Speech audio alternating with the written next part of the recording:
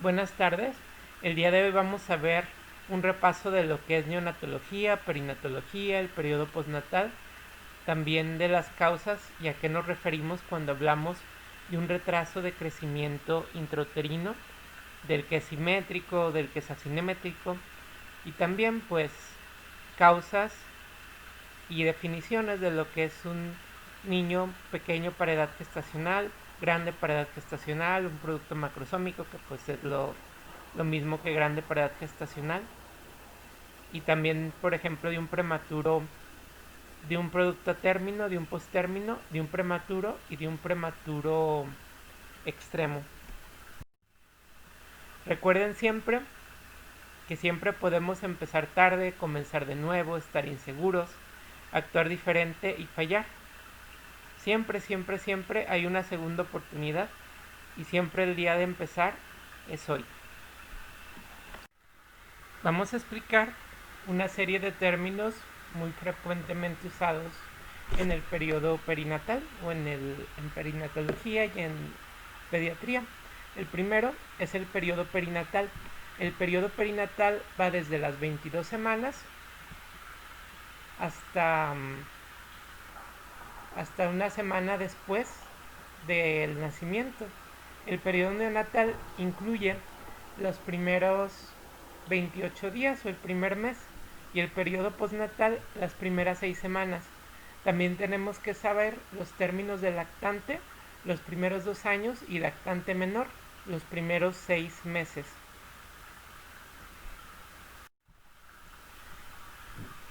Aquí tenemos otra serie de términos.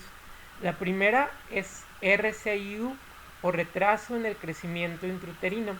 Recuerden que hay retraso de crecimiento intrauterino simétrico y asimétrico. En el simétrico generalmente se presenta desde periodos tempranos de la gestación, y cuando se presenta esto pues puede ser por cromosomopatías, por infecciones maternas tempranas, por algún daño que se da especialmente en los primeros meses.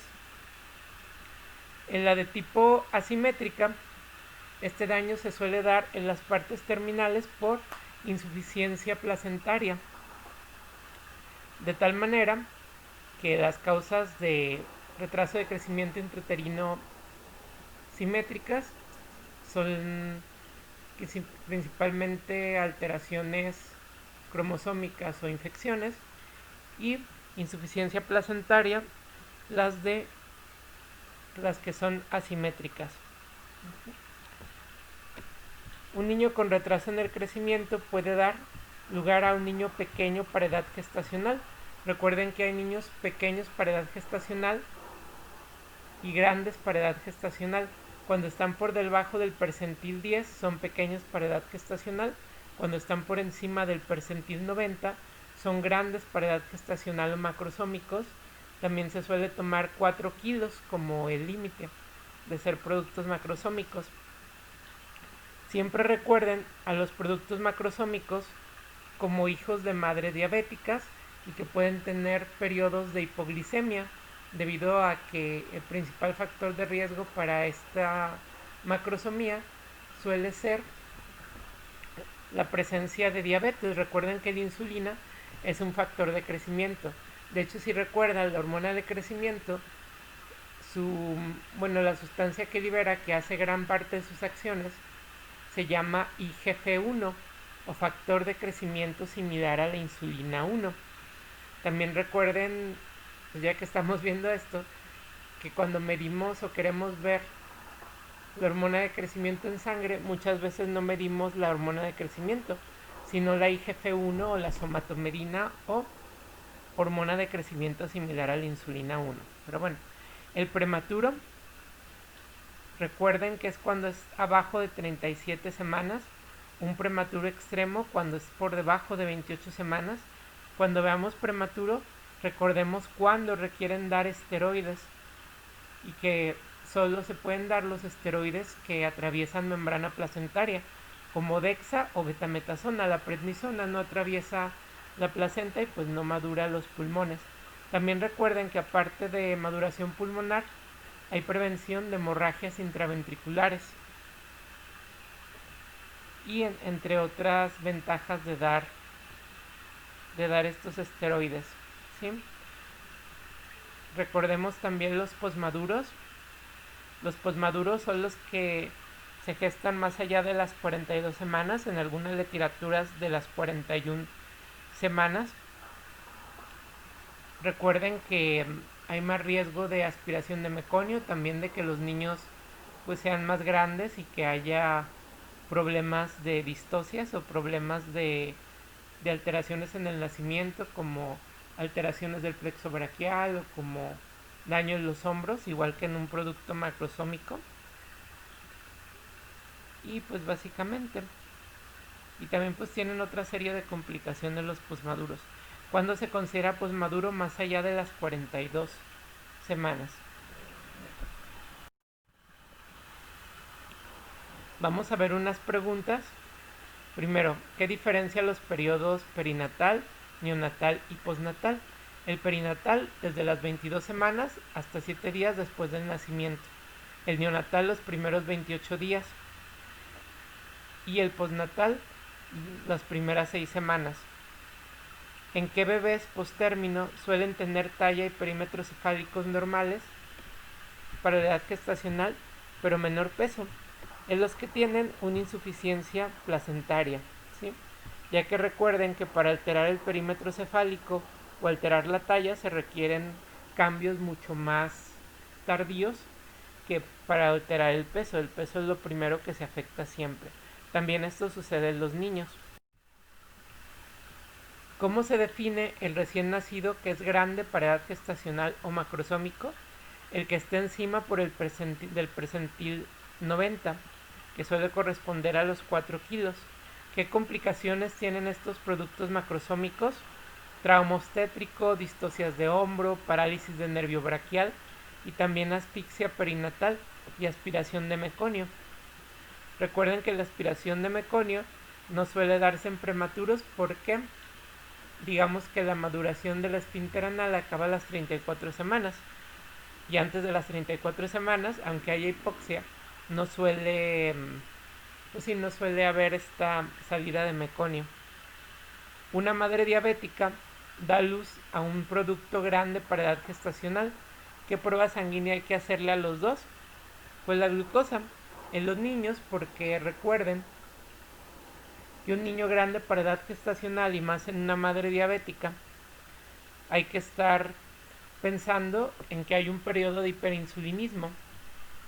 El niño sigue teniendo hiperinsulinismo por la gran cantidad de glucosa que manda la madre, pero al nacer ya no hay esa glucosa y la insulina mete la glucosa y causa hipoglicemias.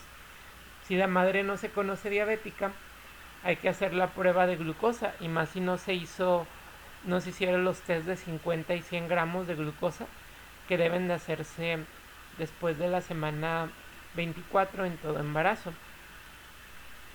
También recuerden que la diabetes tiene estos síntomas, estos productos grandes, cuando la diabetes tiene menos de 5 años de evolución. Cuando tiene más de 5 años de evolución, lo que da es productos muy pequeños.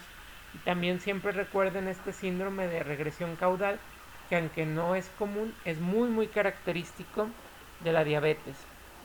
Un feto va a tener una agenesia renal bilateral. ¿Qué otras malformaciones puede tener?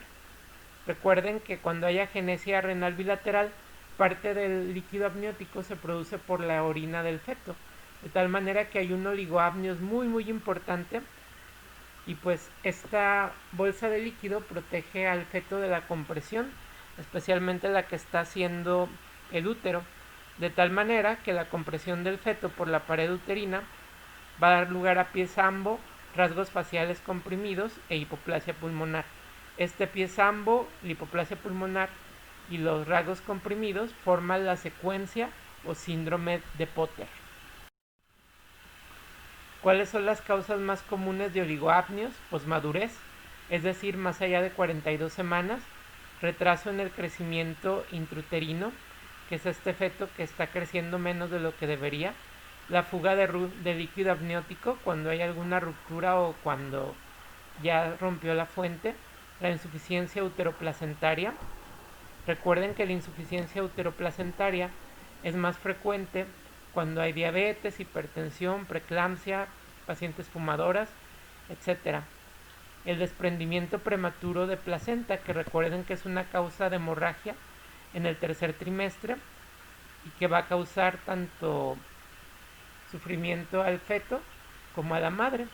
Y recuerden que a pesar de la gran pérdida de sangre, esta suele estarse acumulando retroplacentariamente o en el útero, de tal manera que el sangrado que se presenta es mínimo y también oscuro, como de sangre ya vieja. Y recuerden que el útero impregnado de sangre se llama útero de Covelier.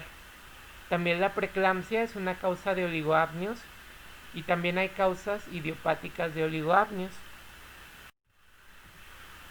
Un lactante va a nacer con un peso menor al percentil 10, o sea, pequeño para edad gestacional. El peso, la talla y el perímetro cefálico son proporcionales. Pues aquí nos está hablando de un bebé pequeño para edad gestacional. Y recuerden que hay simétrico o asimétrico. Los simétricos son los que se deben a infecciones tempranas o alteraciones tempranas, como síndromes dismórficos, por toxinas, por infección intrauterina, por infecciones, etc. En los de tipo asimétrico, generalmente se da por causas que hacen que llegue menos sangre a la placenta, especialmente preeclampsia, anomalías uterinas, hipertensión crónica. En un trabajo de parto prematuro, ¿qué fármaco deberíamos administrar para promover una maduración pulmonar fetal? Pues esteroides, especialmente la dexametasona.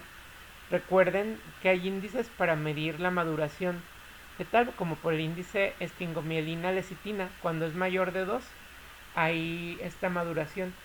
También es importante que recuerden que los pacientes hijos de madre diabética pueden tener membrana hialina o síndromes similares después de la semana 34 y que a veces pueden requerir esteroide a pesar de que tengan 34 semanas. Los esteroides funcionan entre las 24 y 34 semanas.